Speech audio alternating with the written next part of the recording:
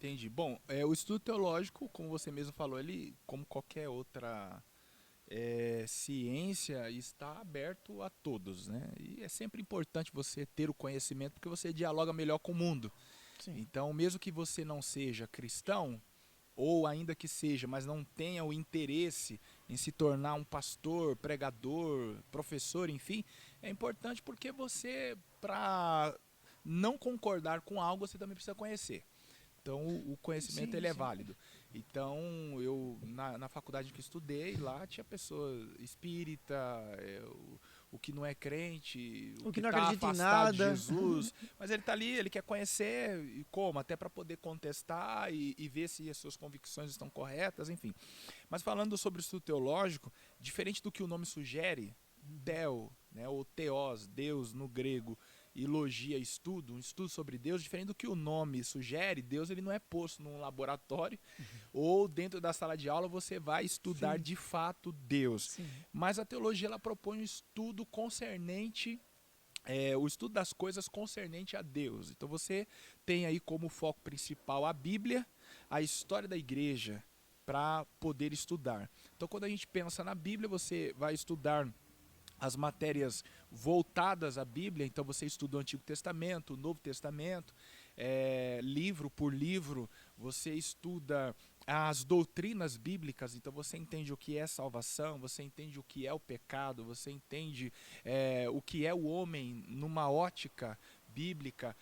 Ao estudar a história da igreja, e foi o que me levou a estudar a história em si como ciência, para ter um conhecimento a mais do que da teologia sobre a história da humanidade, porque ela se confunde com a história da igreja. Então, quando você pega, por exemplo, a partir do ano 300, que é quando o cristianismo se torna a religião oficial do império, a partir do ano 300 e por toda a Idade Média, você tem aí uma supremacia da Igreja Católica. Então você estuda Sim. esse período nos seus pormenores, e aí você entende que o que é chamado de Idade das Trevas, que foi assim chamado por não ter as pessoas uma liberdade de pensamento, uma liberdade nas suas produções literárias, você descobre que não foi bem uma idade das trevas. Houve sim uma produção intelectual, todavia com o monopólio da igreja. Então é importante você estudar essas coisas para você não se tornar um alienado. Então você estuda o que é concernente a Deus e não exatamente a pessoa de Deus. Deus você conhece de outra forma. Aí sim, através da oração, através de uma aproximação direta com ele, a experiência, aí você o conhece.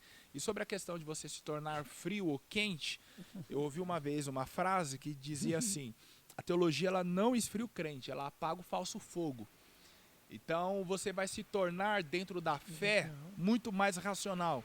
Até porque a fé ela não é irracional. Você precisa ser muito racional para crer no que a Bíblia diz. Então Sim. não é uma irracionalidade ali.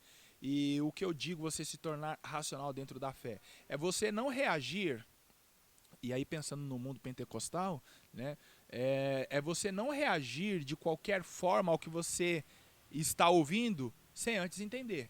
Então a teologia contribui com isso. Você primeiro entende o que está sendo dito, para depois você reagir. Agora o que você vê no meio neopentecostal principalmente, são pessoas reagindo de uma forma histérica sem entender o que está acontecendo. Termina o culto, e aí como foi a pregação? Rapaz, olha, eu não lembro muito onde ele leu, mas assim, nossa, eu fechei o olho e dei lugar. Poxa vida, ele não sabe onde foi lido, não sabe o que foi dito, mas É sentiu verdade. Deus. Então, aí é onde eu digo que existe uma irracionalidade. Agora, como ser racional? É você ouvir, é você entender, opa, isso é coerente, é bíblico, é Deus está falando comigo. Aí você reage como você quiser. Você pula, você grita, você chora, você corre, faz o que você quiser. Mas não esfria ninguém, não. Só apaga o falso fogo. Olha só, paga o falso fogo. Que isso? Podia acabar esse programa aqui agora. Depois de tudo isso.